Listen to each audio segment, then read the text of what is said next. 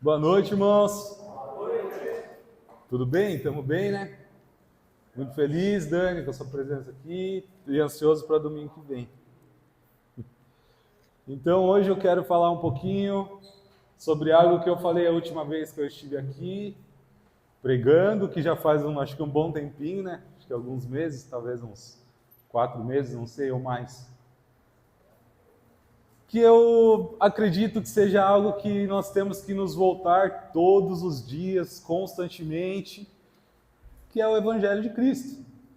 Então, eu quero falar um pouquinho hoje mais sobre o Evangelho de Cristo, sobre as boas novas, sobre o que nos alcançou. E aqui eu coloquei até um detalhezinho na minha palavra, que é o quê? Que é algo um pouco crucial. Como trazer a presença de Deus?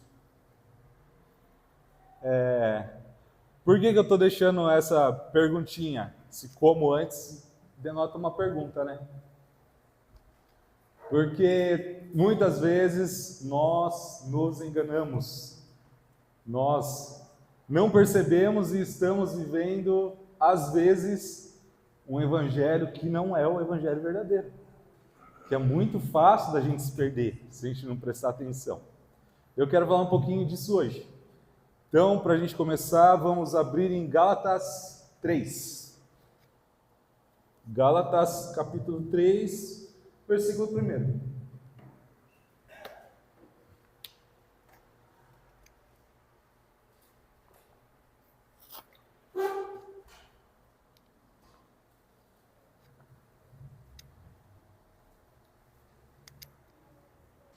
Amém?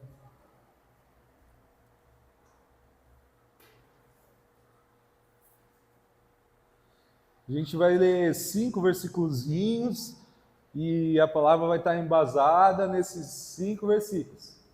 Então a gente mexe, vira, vai voltar neles, para a gente poder destrinchar um por um ali, certo? Assim como a gente fazia, era acostumado fazendo jovens com o Apocalipse. Acho que o pessoal lembra aí. Gálatas 3, versículo 1. Ó Gálatas insensatos.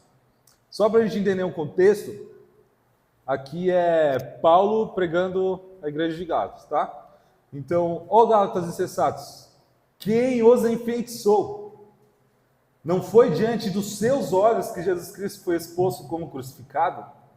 Gostaria de saber apenas uma coisa: foi pela prática da lei que vocês receberam o Espírito ou pela fé naquilo que ouviram?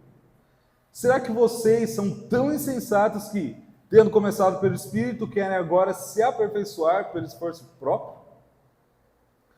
Será que foi inútil sofrerem tantas coisas? Se é que foi inútil. Aquele que lhes dá o seu Espírito e opera milagres entre vocês, realiza essas coisas pela prática da lei ou pela fé com a qual receberam a palavra? Então, Paulo aqui, ele está querendo pregar o evangelho para a igreja na Galácia.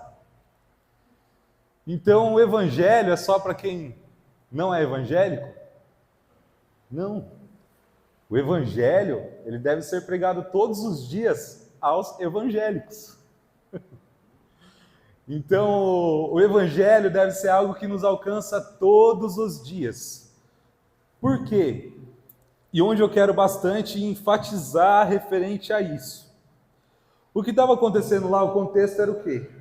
Que os irmãos tinham se convertido e aí surgiram alguns mestres, né, judaizantes, e eles chegaram e falaram: beleza, todos receberam o Espírito, agora vamos circuncidar, vamos começar a colocar os costumes judaicos.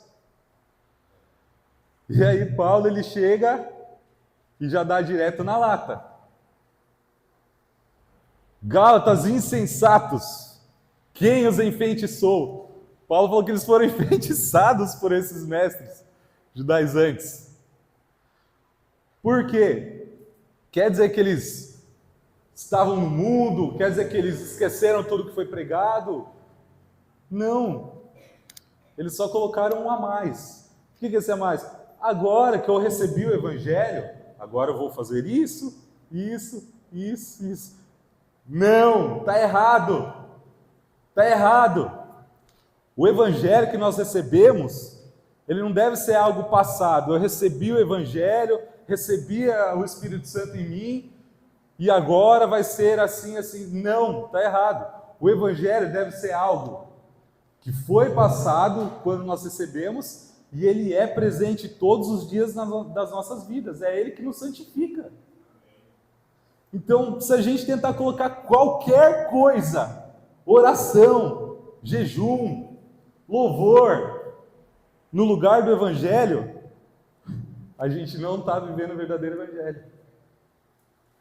A gente não está vivendo. E é uma linha muito fácil da gente cair, porque a gente acaba tratando o Evangelho comumente como algo que a gente recebeu e pronto. Eu já recebi o Evangelho, agora eu sou cristão.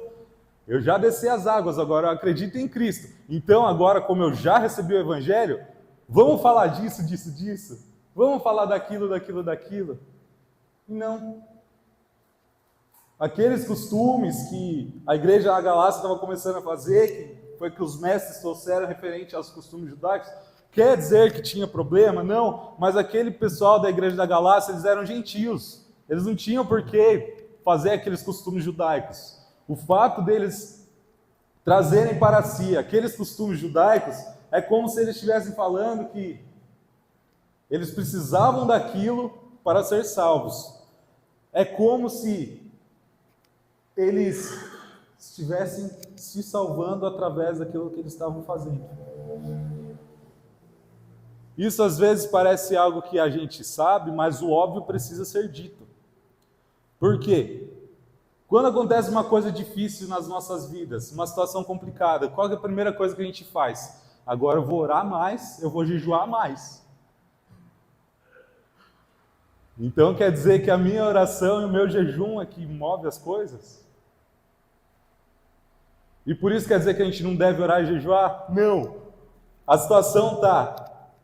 Onde está o seu coração? Você acha que é através da sua oração que alguma coisa vai acontecer? Ou é por causa do Evangelho de Cristo que nos alcançou? Vamos avançar um pouquinho. Então, o que Paulo traz, ele diz...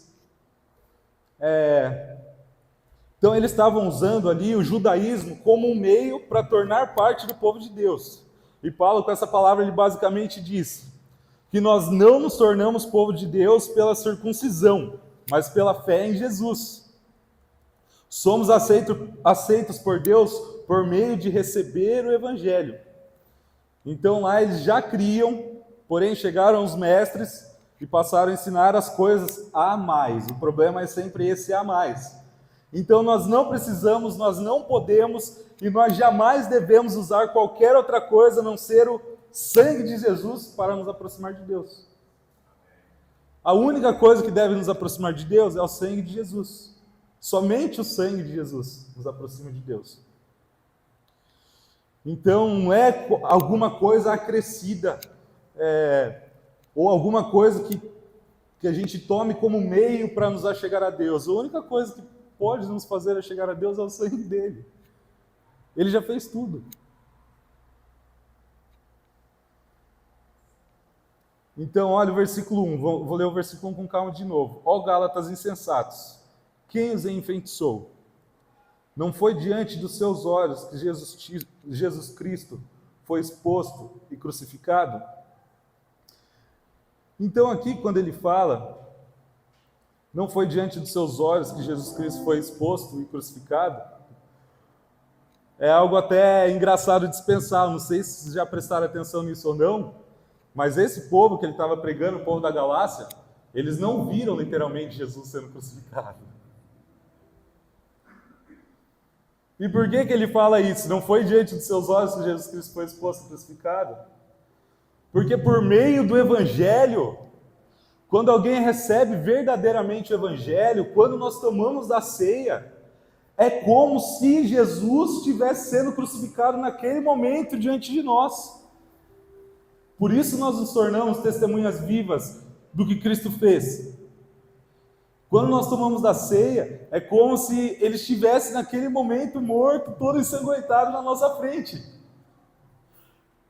Algo que aconteceu há 2000 anos atrás, mais de 2000 anos atrás, um homem comum, judeu, que morreu numa cruz e sangrou por nós, tem o poder de 2000 anos depois trazer todo aquele peso, toda aquela realidade desse grande sacrifício que foi por nós, trazer presente e se fazer presente diante de nós. Gostaria de saber apenas uma coisa: foi pela prática da lei que vocês receberam o Espírito ou pela fé naquilo que ouviram? Quando ele fala aqui referente a receberam o Espírito, a gente está falando de presença de Deus. O que Paulo chama aqui de Espírito é de presença de Deus. E se a gente parar para pensar um pouquinho, vamos só entender o que a Bíblia traz para nós que é a eternidade. Conhecer a Deus. O sentido da nossa vida é receber a presença de Deus. Porque a gente vai passar a eternidade inteira conhecendo a Deus. É só a coisa mais importante que existe. Só isso, só. A presença de Deus é só a coisa mais importante de todas. Então aqui diz que eles receberam o Espírito. E quando ele comentou, vamos lá, sei que vocês receberam o Espírito ou pela fé naquilo que ouviram. Então quer dizer que eles receberam o Espírito. O que Paulo chama de Espírito aqui é o que costumamos chamar de presença de Deus. Então a presença de Deus, ela é o Espírito Santo. A presença de Deus é o Espírito Santo. Quando ele fala no versículo 1 sobre eles serem insensatos, que eles estão sendo enganados por uma falsa palavra, algo aconteceu de novo desse mesmo jeito 1500 anos depois, com Martinho Lutero. Ele chegou e pregou do mesmo jeitinho que Paulo pregou lá na Galácia. Ele falou, ó, vocês estão sendo enganados, estão sendo tolos. Vocês receberam pelo Espírito e agora vocês fazem isso, isso, isso, e precisam fazer isso, isso, isso, isso, isso. Foi o que gerou toda a reforma. E agora eu vou falar algo um pouquinho pesado, talvez. Hoje precisamos novamente pregar dessa mesma forma. Porque grande parte das igrejas vivem as vidas de igreja enxergando o Evangelho como algo que a gente já recebeu, e a partir daí a gente vai começar a orar, a fazer encontros, a ler a Bíblia, a jejuar, e achar que somos melhores do que o outro irmãozinho, ou do que aquele que está lá fora. Mas se a gente faz qualquer uma dessas coisas, sem estar disposto de frente da realidade da cruz de Cristo nas nossas vidas, tudo isso é a mesma coisa da gente ser carnal. É a mesma coisa da gente ser carnal. Isso é colocar um peso sobre nós, como se eu orasse, o avivamento viria. Aí você fala, quer dizer que eu não tenho que orar para o avivamento vir? Não, nós oramos, mas é diferente você achar que a sua oração vai trazer avivamento, ou você orar pelo avivamento, porque você está imbuído pelo sangue de Jesus Cristo, e Ele está fervendo dentro de você, e que você não consegue fazer outra coisa a não ser orar por avivamento. São coisas totalmente diferentes. Então não existe oração 24/7, não existe louvor, 2 horas de louvor, tentando construir ambiente para Jesus vir. Não existe nada disso se Jesus não for o centro. E muitas vezes a gente esquece disso e trata o evangelho como algo passado, algo que a gente já recebeu e pronto. Não, o evangelho é todos os dias. Quem passa mais tempo com você? Você mesmo. Então é bom você encontrar estratégias de pregar o evangelho para você mesmo todos os dias. Então acorda de manhã, deixa eu ver como é que eu vou pregar para mim hoje. O evangelho precisa ser dito todos os dias.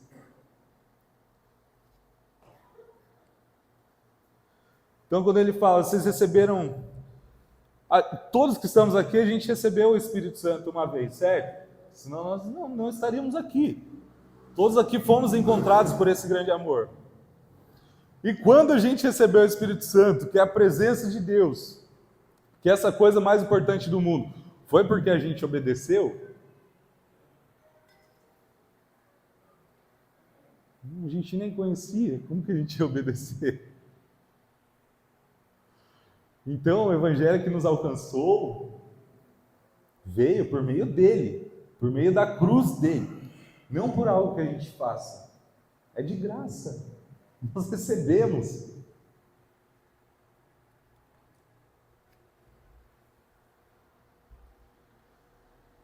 Vamos abrir em Atos 10. Atos 10, versículo 44.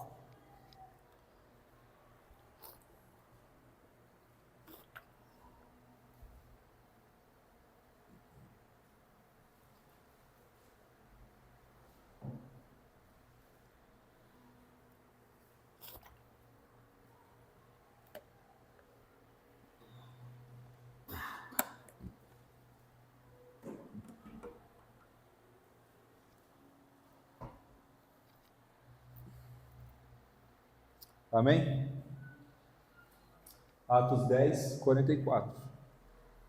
Aqui a cena era Pedro, ele estava pregando para a primeira geração de gentis a se converter. Estava na casa de Cornélio. E aí, a gente vai ler um pouco antes depois, mas eu só quero enfatizar nesse versículo primeiro, versículo 44. Enquanto Pedro ainda estava falando essas palavras, o Espírito Santo desceu sobre todos os que ouviam a mensagem. Que palavras que Pedro estava pregando? Ele estava falando sobre o Evangelho. Então o Evangelho, a Bíblia também nos traz que o Evangelho é o que? É poder de Deus.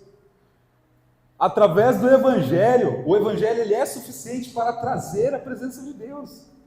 Ele é suficiente para trazer o Espírito Santo de Deus. E o Espírito Santo é poder de Deus. E através do poder de Deus é que milagres acontecem, é que curas acontecem. Então o Evangelho ele é suficiente para trazer tudo. Ele é suficiente para trazer tudo. Nós não precisamos fazer nada. É o Evangelho.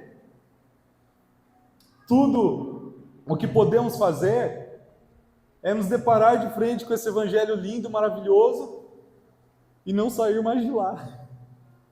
Isso é suficiente para tudo acontecer. A gente não tem que ficar se esforçando, eu tenho que fazer isso, eu tenho que fazer aquilo. Se eu tivesse orado um pouquinho mais, aquilo poderia não ter acontecido. Se eu tivesse lido um pouco mais a Bíblia, poderia ser que aquilo teria sido diferente. Caramba, você tem fé mesmo em você, hein? E você quer ter fé em si mesmo? Não, a gente não tem poder para fazer nada. É tudo por meio dele. Vamos ler lá desde o versículo 38, que é um pouquinho do que Pedro falou.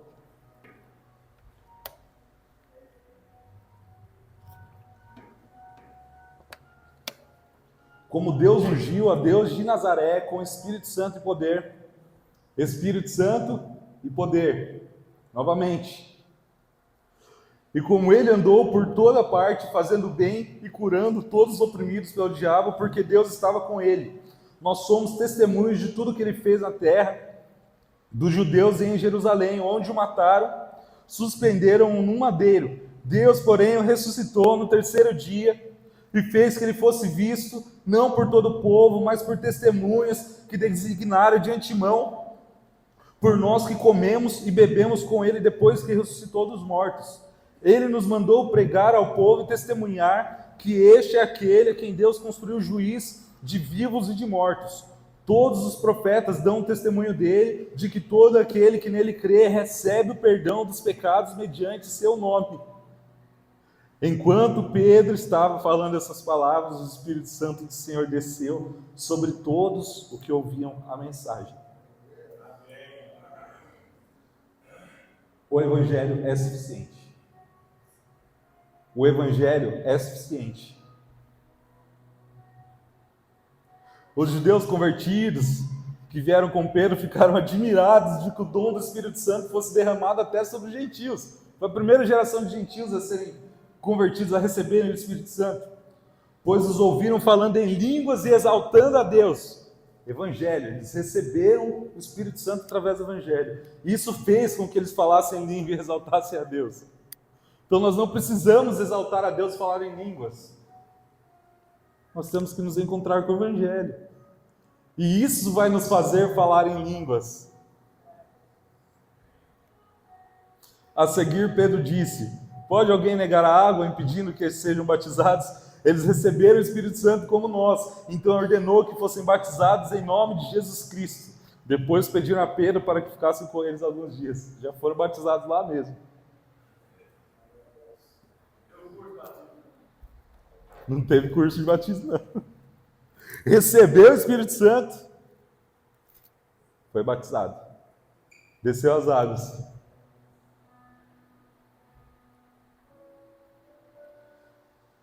Versículo 4 lá de Gálatas. Será que foi inútil sofrer em tantas coisas? Será que foi inútil? Por que ele fala isso? Porque eles eram perseguidos. Eles eram perseguidos por crer no Evangelho. E aí ele pergunta se foi inútil.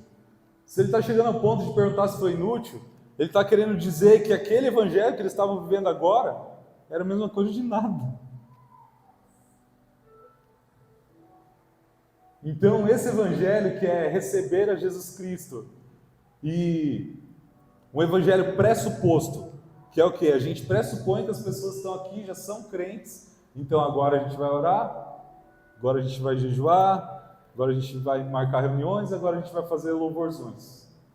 O evangelho ele não pode ser pressuposto. O óbvio deve ser dito.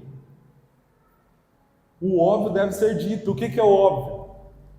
Quando fala sobre o evangelho ser loucura, não está falando que é uma coisa louca. Está falando que, imagina comigo, que um cara normal, que viveu há 2000 anos atrás, que morreu numa cruz, é solução para esse mundo inteiro.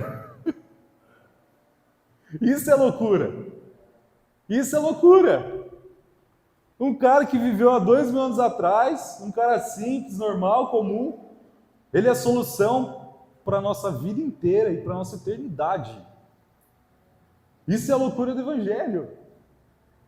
É um negócio muito doido.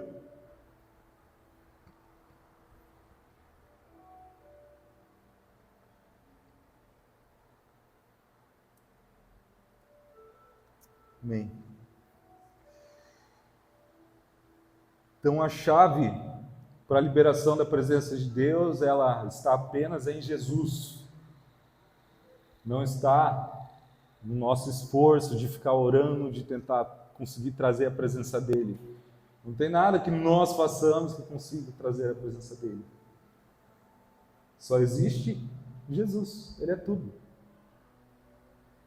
Ele é tudo. Êxodo 25, versículo 8.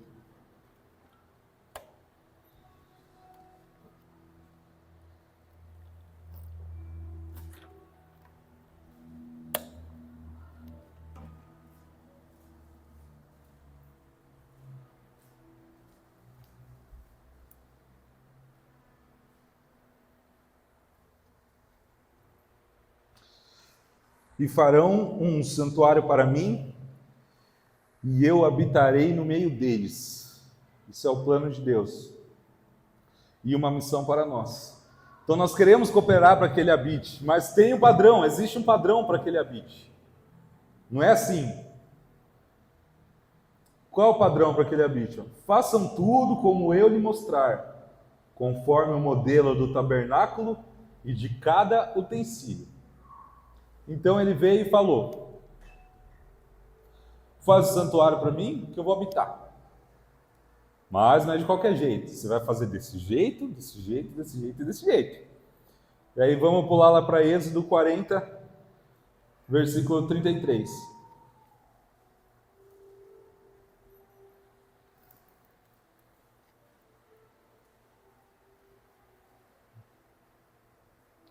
Êxodo 40, versículo 33. Diz assim: finalmente, Moisés armou o pátio ao redor do tabernáculo e colocou a cortina à entrada do pátio. Assim, Moisés terminou a obra. Então, a nuvem cobriu a tenda do encontro e a glória do Senhor encheu o tabernáculo. Então, o que aconteceu? Ele falou: construa para mim o tabernáculo e eu vou habitar no meio de vocês. Mas para construir existe um padrão. O padrão é esse, este e este. E aí Moisés chegou e construiu de acordo com o padrão. Então ele veio e habitou no tabernáculo. Certo? E aí o que acontece com a gente hoje? Acontece igualzinho lá com Moisés.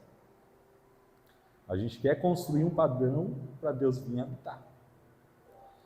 E o padrão na nossa cabeça é: a gente vai vir todo domingo, a gente vai participar do culto caseiro, a gente vai tomar da Santa Ceia, a gente vai fazer louvorzão, a gente vai orar 24/7, a gente vai jejuar e a presença dele vai vir.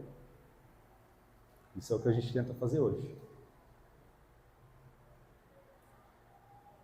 Não vai acontecer. Não vai acontecer. Não vai. Não vai. A gente pode passar a nossa vida aqui, a gente vai gastar a nossa vida à toa.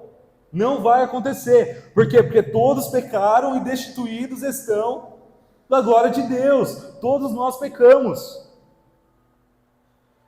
Por que que isso não vai acontecer? Todos nós estamos abaixo do padrão de Deus.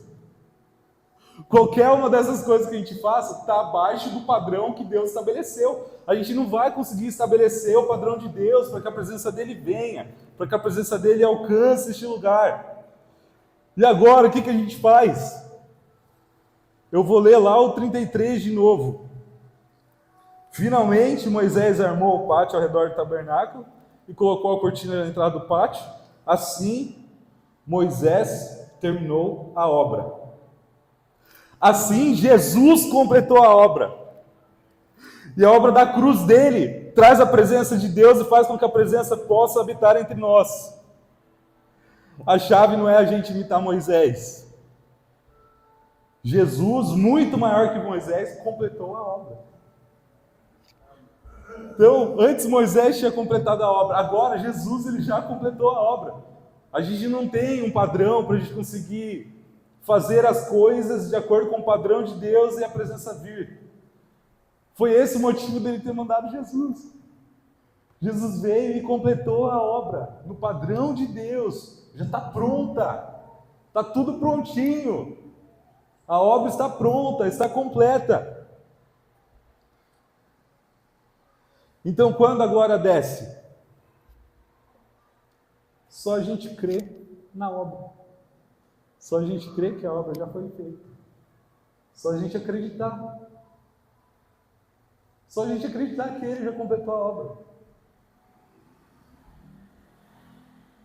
Na cruz está consumado. Ele terminou a obra no padrão de Deus para que a presença dele, a glória dele pudesse vir até nós, pudesse descer e nos alcançar. Então, acreditar que se a gente fizesse um pouquinho mais, se a gente fosse um pouquinho melhor, Jesus viria, isso é ter fé em nós mesmos. O que acontecia antigamente, quando eram feitos os sacrifícios? Um animal perfeito era morto, e então o fogo descia. Certo? Quando a gente tenta fazer todas essas coisas, a gente está tentando nós mesmos sermos esse animal de sacrifício. Mas nós não somos um animal perfeito. Então a presença dele não vai descer. Não desce. Então quando a presença desce? Quando a gente se depara com esse evangelho muito doido, a gente enxerga Jesus na cruz, e isso se torna tanta realidade na nossa vida, ao ponto de que, quando eu levanto as minhas mãos para adorar ao Senhor, as minhas mãos estão cheias do sangue de Cristo. Eu estou imbuído no sangue do sacrifício de Cristo. E quando a gente abre a nossa boca, a gente quase não consegue falar, porque nossa garganta está cheia do sangue de Cristo. Então esse sacrifício não é a gente, o sacrifício é Jesus. Ele já fez o sacrifício. Então a gente não tem que se doar, se esforçar, se sacrificar. A gente precisa pegar Cristo e oferecer a Deus. E ficar banhado no sangue dele. E através disso, através do sangue dele, a presença vem. E através dessa presença a gente ora, a gente jejua, a gente adora, a gente canta, a gente recebe poder. Não é por meio da nossa força, tudo é por ele, tudo é através dele.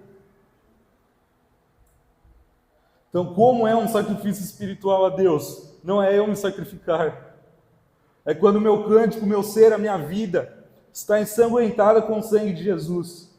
É quando eu levanto minhas mãos e elas estão ensanguentadas com o sangue de Jesus.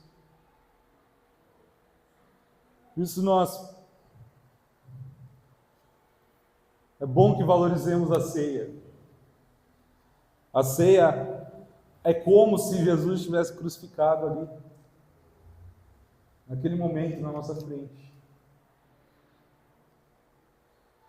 Então Deus ele não vai habitar num lugar que a gente se esforça para que ele venha.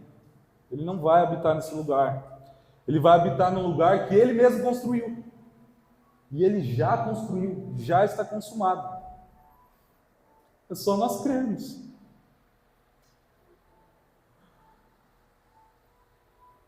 Por quê? Porque eu não quero morar num lugar onde tudo depende de mim. Eu já fiquei muito tempo nesse lugar. Onde tudo depende de mim, e eu preciso fazer mais isso, eu preciso fazer mais aquilo. A gente se sobrecarrega tanto. Esse lugar não é de Deus, é pelo contrário. Nele a gente descansa. É exatamente o oposto. Eu quero estar num lugar cheio de sangue de Jesus para que eu possa descansar por meio do sacrifício dele e me deleitar na presença dele.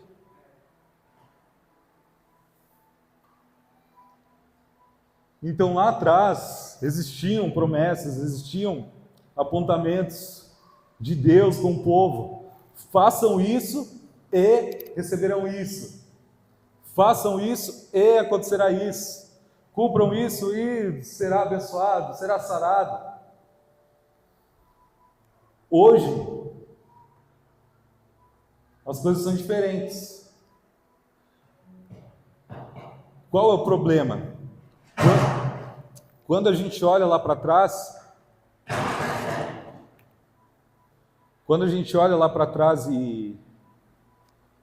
e pensa assim, e muitas vezes a gente segue nossa vida assim, que é como? Linear. O que é algo linear? É o quê?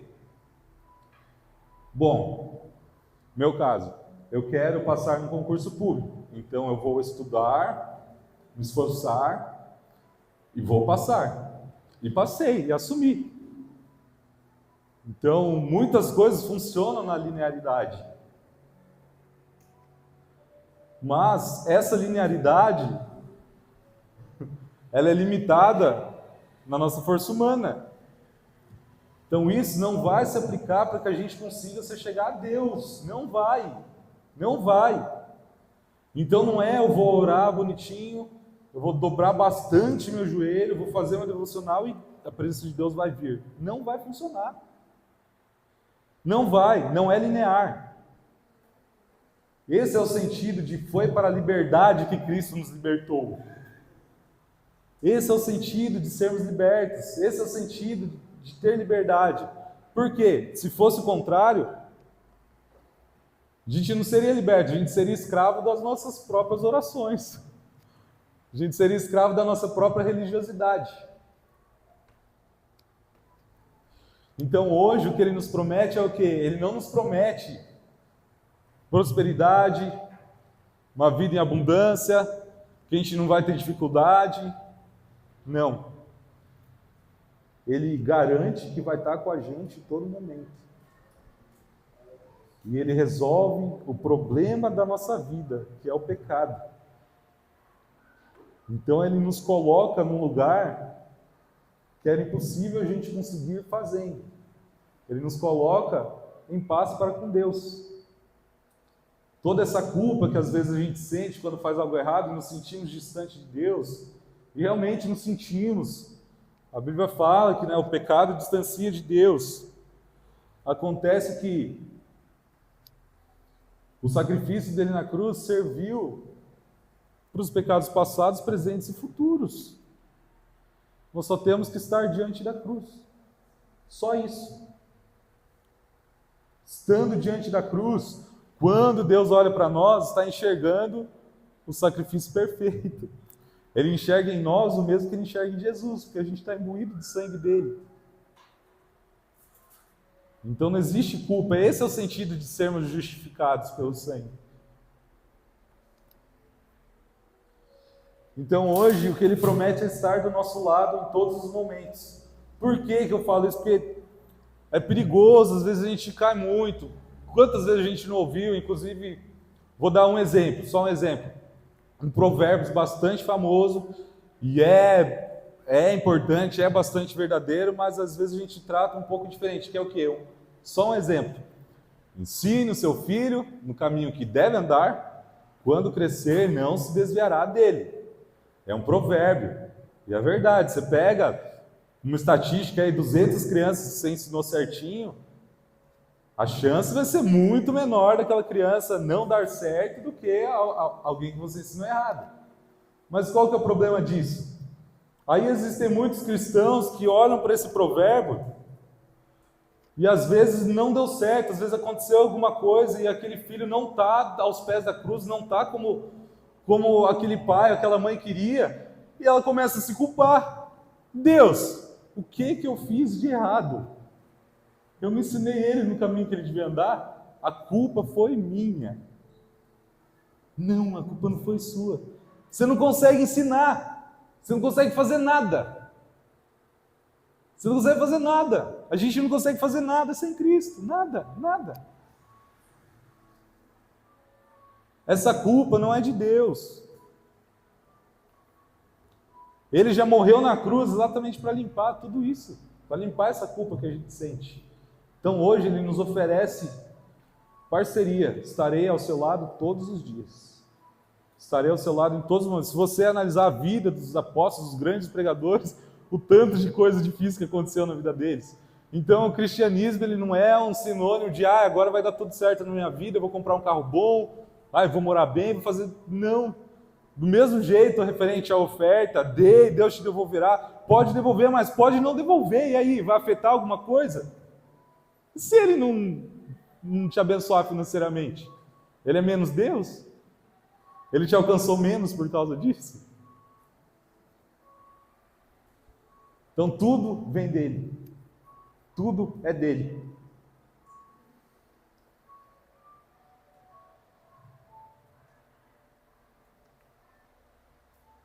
Então Deus não habita em templos feitos por mãos humanas. Eu não quero trocar a minha vida secular que eu já tive lá no mundo por uma vida de religiosidade aqui na igreja, porque estarei sendo carnal entre lá e aqui. E agora eu vou ler o comecinho de novo da pregação, lá em Gálatas 3, do 1 ao 5. Ó Gálatas insensatos, quem os enfeitiçou? Não foi diante de seus olhos que Jesus Cristo foi exposto como crucificado? Então, Jesus Cristo ele é exposto como crucificado para nós quando ele nos alcançou, quando nós nos convertemos e toda vez que nós tomamos a ceia. Toda vez que nós recebemos o Evangelho, Cristo ele é exposto crucificado diante de nós. Gostaria de saber apenas uma coisa: foi pela prática da lei que vocês receberam o Espírito ou pela fé naquilo que ouviram? Nós devemos estar diante do Evangelho todos os dias. Por quê? Porque a gente recebeu pelo Espírito, não pela prática da lei. Não foi porque a gente obedeceu que a gente recebeu o Espírito. A gente recebeu porque o Evangelho é poder. E a gente teve contato com o Evangelho um dia. Será que vocês são tão insensatos que, tendo começado pelo Espírito, querem agora se aperfeiçoar pelo esforço próprio? Oração não vai me aperfeiçoar, jejum não vai me aperfeiçoar, não vai me fazer melhorzinho do que o outro. A presença de Deus não vai vir porque eu jejuei, porque eu orei. Ela vai vir porque o Evangelho está cobrindo toda a sua vida. E o Evangelho é poder de Deus. Aí a presença de Deus vem. Será que foi inútil sofrerem tantas coisas? Se é que foi inútil, aquele que lhes dá o Espírito e opera milagre entre vocês, ou seja, Espírito e poder. Então, recebendo o Espírito, nós temos poder para operar milagres. Realiza essas coisas pela prática da lei ou pela fé com a qual receberam a palavra. Então, nós somos alcançados por Cristo, através dele mesmo. E tendo fé nesse Evangelho que nós devemos estar exposto todos os dias, que não deve ser presumido, o óbvio deve ser falado, deve ser dito, e que nós não desviemos as nossas vidas do Evangelho, que nós não achemos que a nossa oração, ou o nosso jejum, ou o nosso louvor vai trazer a presença de Deus. O que traz a presença de Deus é o próprio Evangelho de Cristo alcançando os nossos corações, alcançando as nossas vidas. E aí o Espírito de Deus vem, e ele derramando o Espírito dele, nós recebemos também poder. Poder para fazer a obra dele. Amém? Então era isso que eu queria trazer hoje. É isso, gente. Amém?